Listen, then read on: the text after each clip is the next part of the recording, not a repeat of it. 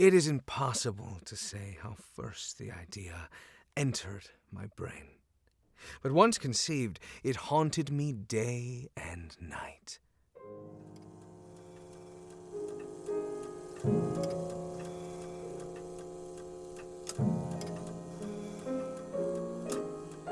Object, there was none. Passion, there was none. I loved the old man. He had never wronged me. He had never given me insult. His money, I had no desire. But I think it was his eye. Yes, it was this. One of his eyes resembled that of a vulture. A pale blue eye with a film over it.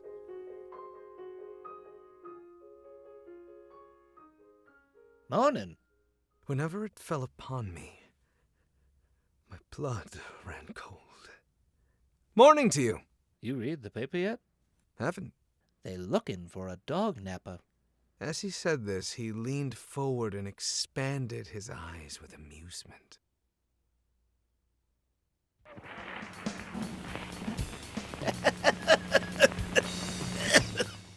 I'd wonder if his eye ever got dry staring at the television for so long. If he could even see out of it, or see too well from it.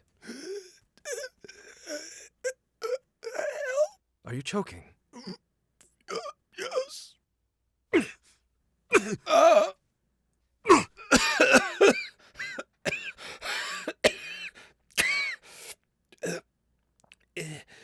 You saved me. Why did I let him live? What are you looking at? After all, in the past few weeks, I had made up my mind to take the life of the old man, ridding myself of the eye forever.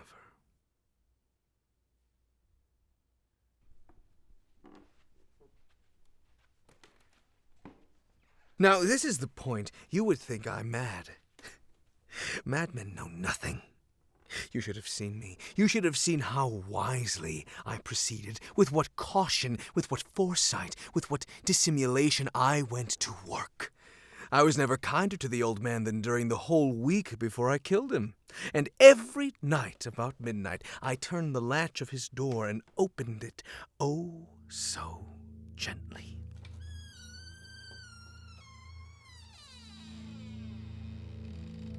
I put in a flashlight, all closed, palmed by my hand so that no light shone out, and then I peeked in with my head. Oh, you would have laughed to see how cunningly I thrust it in. I moved it slowly, very, very slowly, so that I might not disturb the old man's sleep. It took me an hour to place my whole head within the opening so far that I could see him as he lay upon his bed. Would a madman have been so wise as this? And then, when my head was well in the room, I removed my hand from the flashlight, cautiously. Removed my hand just so much that a single thin ray fell upon the vulture eye. I did this for 7 long nights, every night just at midnight, but I found the eye always closed, and so it was impossible to do the work, for it was not the old man who vexed me, but his evil eye.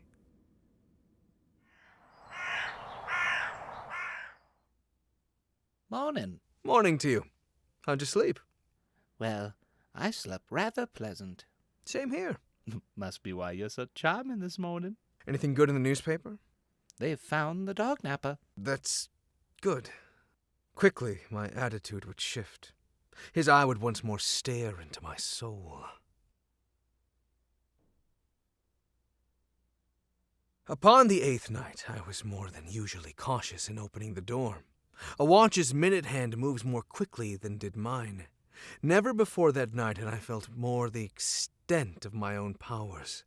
I could scarcely contain my feelings of triumph. To think that there I was, opening the door little by little, and he not even to dream of my secret thoughts. He heard me. What? Now, you may think that I drew back, but no.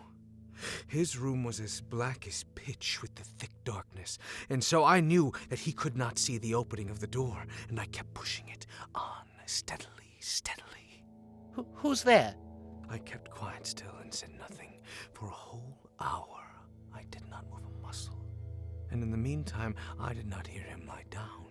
He was still sitting up in the bed, listening, just as I have done night after night, hearkening to the death watches in the walls. Oh, I knew what the old man felt and pitied him, although I chuckled at heart.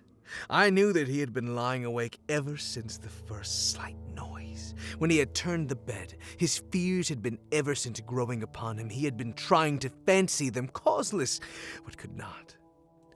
it's nothing but the wind from outside, or maybe a mouse crossing the floor. It is merely a cricket, which has made a single chirp.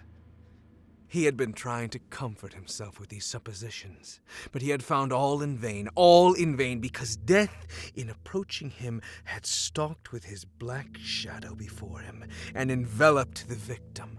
And it was the mournful influence of the unperceived shadow that caused him to feel, although he neither saw nor heard, to feel the presence of my head within the room.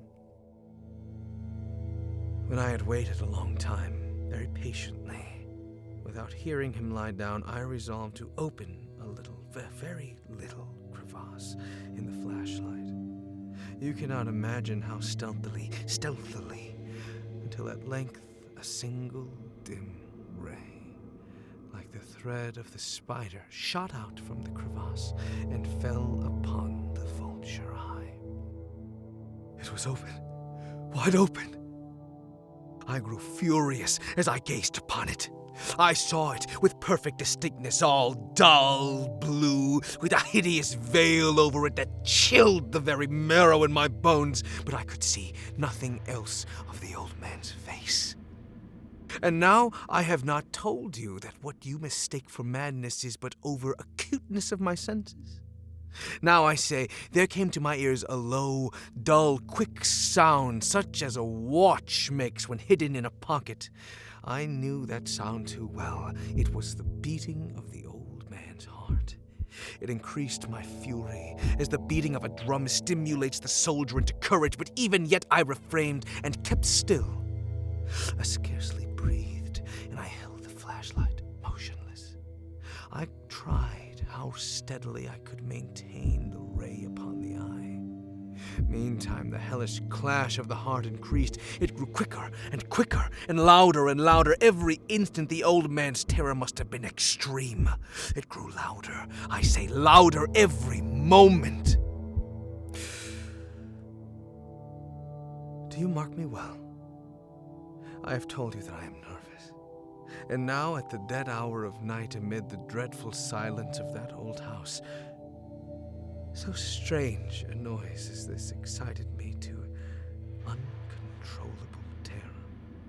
Yet for some minutes longer I refrained and stood still. The beating grew louder, louder. I thought the heart must burst, and now a new anxiety seized me.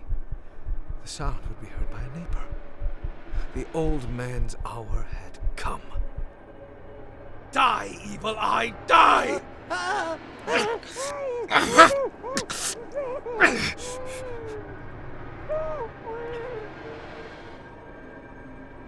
Old man. Old man. In an instant, I dragged him to the floor and examined the corpse. The old man was dead. I placed my hand upon the heart and held it there many minutes. There was no pulsation. He was stone dead. His eye would trouble me no more.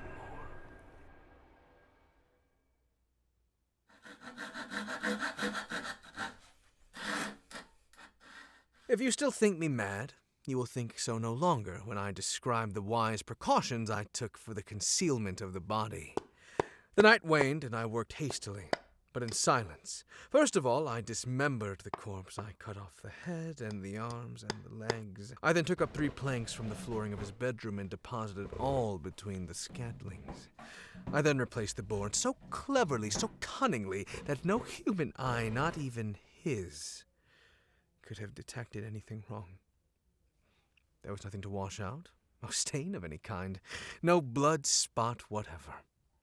I'd been too wary for that. A tub has caught all. When I had made the end of these labors, it was 6 o'clock.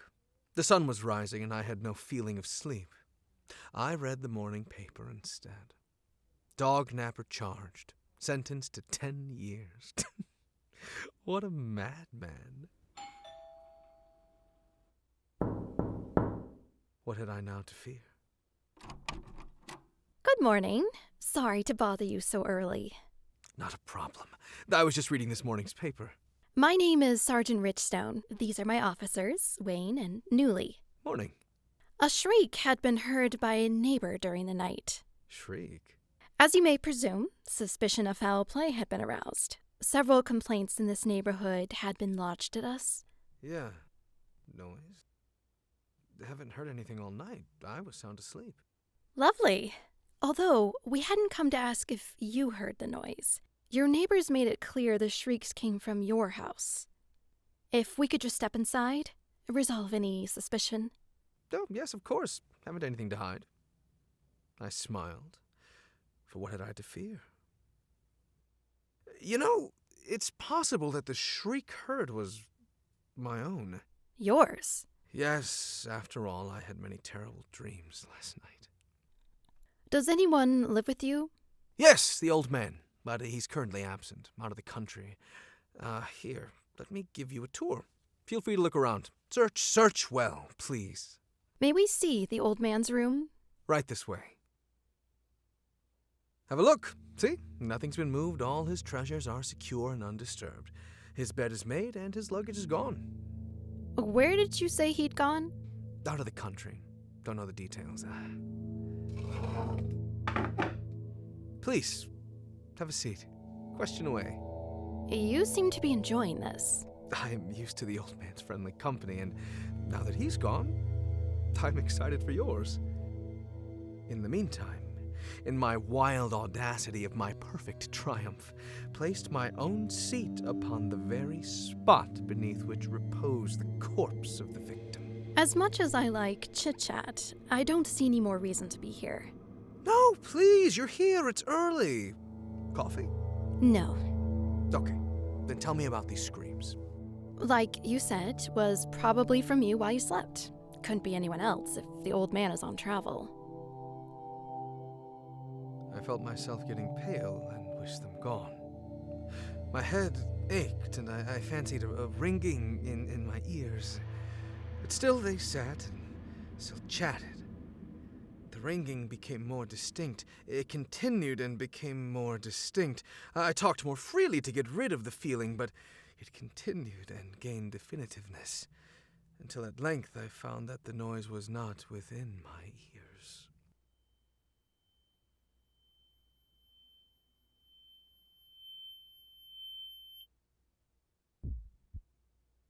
No doubt I now grew very pale. But I talked more fluently and with a heightened voice, yet the sound increased, and what could I do? It was a low, dull, quick sound, much such a sound as a watch makes when inside a pocket. I gasped for breath, and yet the officers heard it not.